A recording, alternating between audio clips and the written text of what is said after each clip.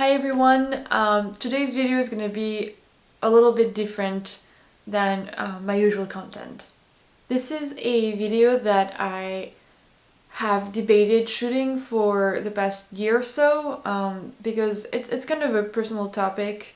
It's been a very frustrating process, so I get very angry sometimes when I talk about it, but watching other people share their story about this on YouTube has really helped me, so I thought that if I can help just one person by making this video, then it's worth making it. Before I start, I want to put a disclaimer out there that I am in no way a health specialist, a doctor, or any type of person that has an expertise in any type of health field.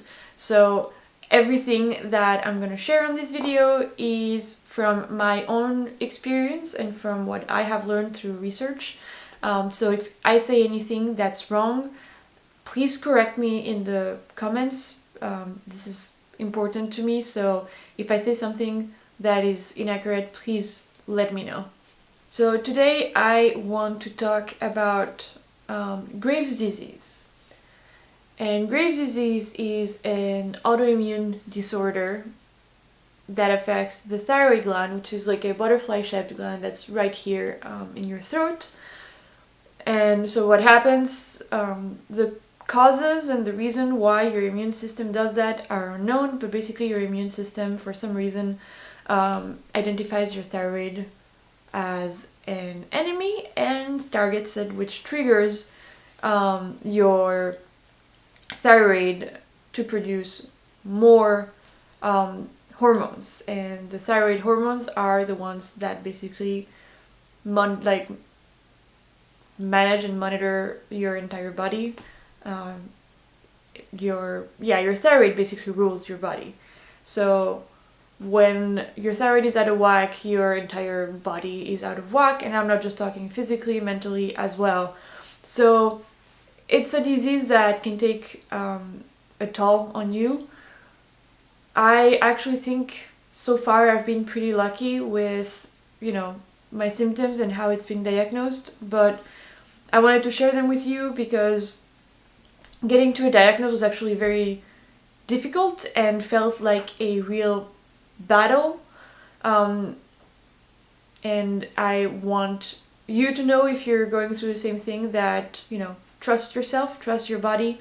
I actually got diagnosed because I insisted that they tested my thyroid because I didn't want to.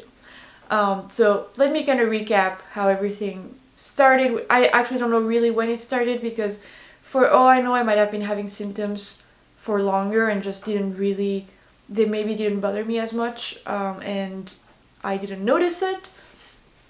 But in the summer of 2015, so a little over 2 years ago now, I started noticing that when I would stand, my right leg would shake, and that was the first major symptom that I would notice. And it wasn't like something that I would feel and nobody else could, feel it.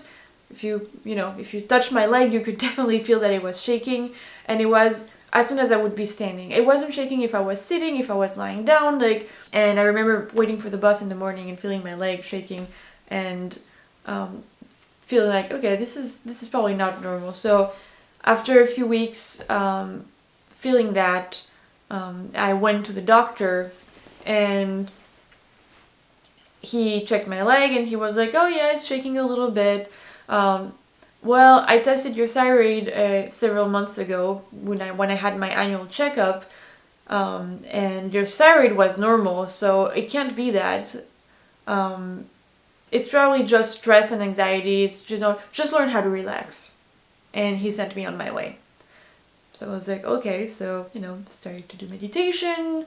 I believe I even went back to the pool, exercise, see if that would help. And I've always been a very anxious person. I've always had anxiety, and I get stressed out very easily. So I was like, well, he's probably right. It's probably just, you know, stress. And went on with my life. I kept brushing it off and just wouldn't go away. And it was getting, you know, kind of bad. There were days where it was really uncomfortable and I could not stand for long periods of time. A couple more months went by and, you know, my leg was still doing that. I was having a lot more anxiety than usual. Some of it were like pretty big panic attacks. And it was not fun. And you know, I went back to see the doctor and I basically told him my leg is still shaking and I'm also very tired. And he was like, well, we know it's not the thyroid, so I'm gonna send you to a neurologist and get that tested, which led to me having an MRI to see if I maybe had MS or some other sort of you know, neurological problem. Everything came back negative. I was fine. So I was told again by my doctor that it was all in my head and that it was probably just stress and that I should just learn how to relax. So I was like, well, I guess it's all in my head then.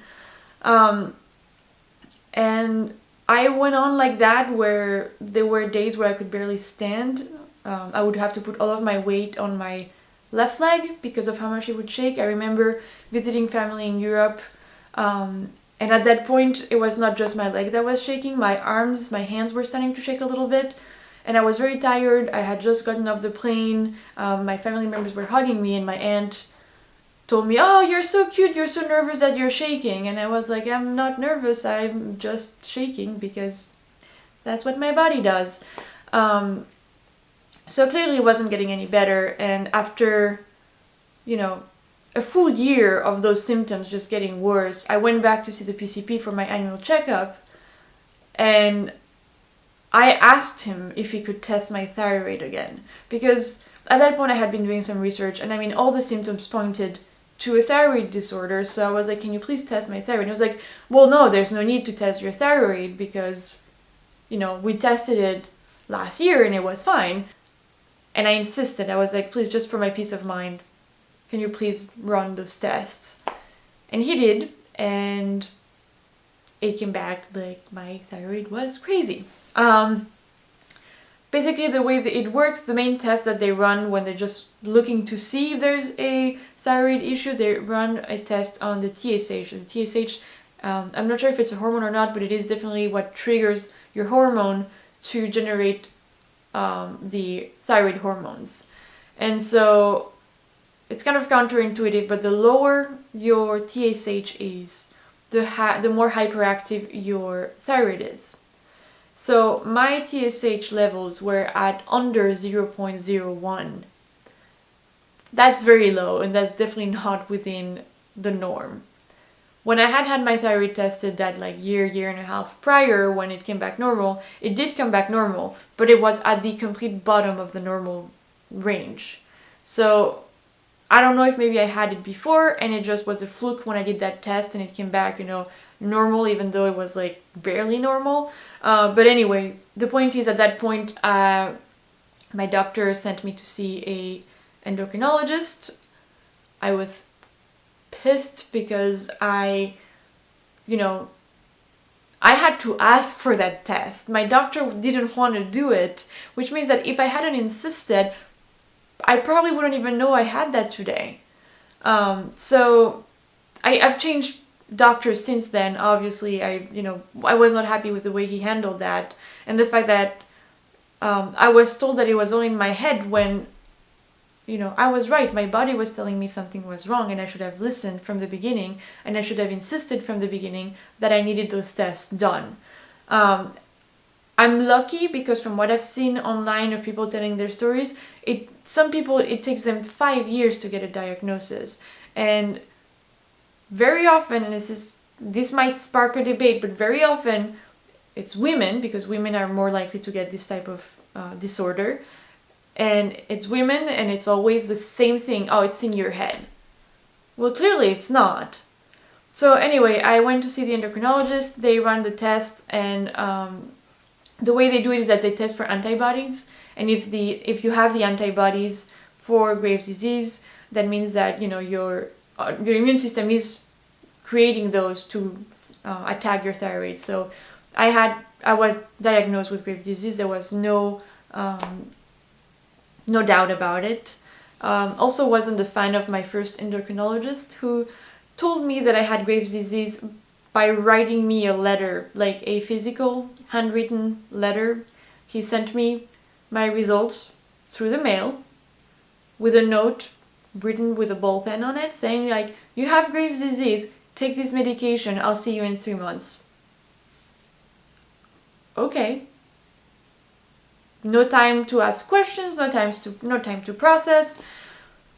I've also changed endocrinologists since then. That's also been kind of like a whole struggle because, you know, there's a lot of wait time. The whole healthcare system is very complicated. So I am happy with the doctors that I have today. I've been receiving great care since I've changed doctors, so I have nothing to complain there. But yeah, I called the doctor to ask all the questions that I wanted to ask because, you know, I mean, I had no idea what I was getting myself into. And they initially put me on a medication called methimazole. There's only 2 possible medications when you have Graves' disease. It's methimazole or propylfuracil, which is it's called PTU. Methimazole was making my skin itchy, so because they were afraid that that might be an allergic reaction, I was switched to PTU, like only a week after I started treatment. So I've been taking PTU now for over a year. It's been working great. I've gone from taking 6 pills of 50 milligrams per day to only taking 1 pill of 50 milligrams per day. So I will say that's a great improvement. But the thing is, the medication, it's not the only change that I've made to my lifestyle. As soon as I was diagnosed, I did a lot of research to see what I could do, what I could change to help with all this. And it's tricky because there's a lot of research, but there's also not a lot of concrete evidence of what actually causes Graves' disease. Some say that it could be an emotional shock. Some people say that it could be leaky gut, which is when your the lining of your gut is permeable, which means that some of the food being digested kind of gets out of your gut and into your body. So the immune system will eliminate those, food molecules that shouldn't be there and attack them, which could then trigger them to identify other parts of your body as threats when they're really not. And part of one of those ingredients that can cause that is gluten. In addition to all that, I saw a nutritionist and I did some food intolerance tests, and I did come back that I was intolerant to gluten. I'm not allergic, I'm not celiac, but I have an intolerance to gluten. I don't get sick or anything. The most that happens is that 3 days later, which is kind of weird, I feel a little bit sluggish. So it's not like I don't have symptoms that actually deter me from eating it, which is that much harder. But I've cut down gluten from my diet for the most part. Most dairy, I still sometimes have dairy, but I try to cut it mostly. So I've done a lot of changes to my diet. I've started also exercising more and doing more meditation, even though I definitely have a lot of room for improvement on that, field, because I don't meditate every day, and that's what I would like to strive for. So there's still a lot of changes that I wanted to make to my lifestyle, but I didn't want to do too much at once just because I wanted to make sure that whatever I decided to do, I could stick to it. So that's kind of been what the past year has been for me, or 2 years if you take into consideration all the symptoms. So it's been very frustrating dealing with the whole medical industry and being told that it was in my head when clearly I was right and it was not. And at the same time, it's also been a huge growth period for me where I've learned a lot about myself, and about what it is dealing with this. Nobody else in my family has it, so it's not like something that I've seen before and I knew what it was. I didn't even know that existed until I started having those symptoms. But so where I'm at right now is I'm still at one tablet of 50 milligrams per day. However, the last test that I had, my TSH had gone down again. It's still within normal range, but it was quite a bit lower than it has been for the past year on medication. And the only thing that I can think of that I've changed is that over the past 3 months, I've been making a lot more exceptions with gluten, and I've been having a lot more gluten than I did previously. So I'm wondering if that could have been the reason why, or if it's just, my thyroid acting up again. I've completely cut down gluten again, so my next test is in February, and I will make sure that I don't have any gluten until then, unless it's by accident. But yeah, I want to see if maybe that is the cause. I think that would be very interesting. I have IBS. I don't know if I have leaky gut. I've never done any tests to see if I have that. But I have IBS, and people who have IBS are much more likely to actually have leaky gut. So that could be a reason why. Like, it's frustrating not knowing why. And I think for me, the thing that frustrates me even more in this whole thing is that the medication that you take, it doesn't heal you. Basically what it does is that it slows down your metabolism. It tells your thyroid to produce less hormones. But that doesn't solve the issue, because your immune system is still attacking your thyroid. So it's not getting rid of the problem. The problem is the immune system. It's not the thyroid. The poor thyroid is just doing what she's being told to. So it's, again, this kind of like very typical problem of like we're treating the symptoms and not the actual problem. But since we don't really know what the problem is, how do you treat it? So I've also been looking into alternative medicine, acupuncture. I've tried acupuncture, but for my IBS, not for my thyroid. And it worked well while I was doing it, but it's one of those things where it lasts for like 24 hours and then it slowly wears off. I was told that the more you do it, the longer it lasts, but I didn't do it for long enough just because it's very expensive. I've also never tried Reiki, but it's also another thing that I consider. And I know that, some people don't like this type of alternative medicine and they just stick to Occidental medicine. But for me right now, the thing is that when you have Graves' disease, if it doesn't go into remission by its own, after a few years, your doctor is going to tell you to get rid of your thyroid. Whether it is through radioactive iodine or whether it is through thyroidectomy. I don't know if I'm saying this right. Basically, they open your throat and get rid of your thyroid. So it's surgery or radioactive iodine. And the reason for that is because the medications that you take can really damage your liver if you take them for too long. So the doctors don't like you taking PTU or methimazole for too long. So after a few years of the medication, if your thyroid hasn't gotten better, usually the recommendation is, well, you should get rid of your thyroid one way or another. And I don't want to get rid of my thyroid because my thyroid hasn't done anything wrong. I would like to figure out why my immune system is attacking my thyroid and fix that instead. So I'll try anything that is, non or minimally invasive to try and see if there's anything I can do to prevent that before I get to the point where I make that decision of getting rid of my thyroid. So this is my story so far with Graves' disease. I'm sure this video is very long and I apologize. It's kind of a lengthy topic. I will be making more videos about lifestyle, so diet changes, my wellness journey over the past year, the things that I've been doing, how what I do for exercise. I also have some new wellness routines that I would like to incorporate as I transition into 2018. So yeah, I want to talk about all those topics, and I will probably be doing videos about this during this Vlogmas. So sorry for the very lengthy video. I hope it helped somebody. Let me know in the comments below if you have Graves' disease or if you know anybody that has it.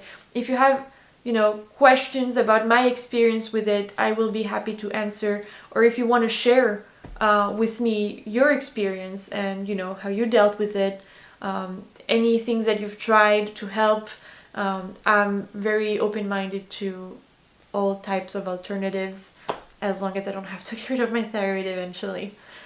So yeah, if you've sticked to the end of the video, thank you so much for watching.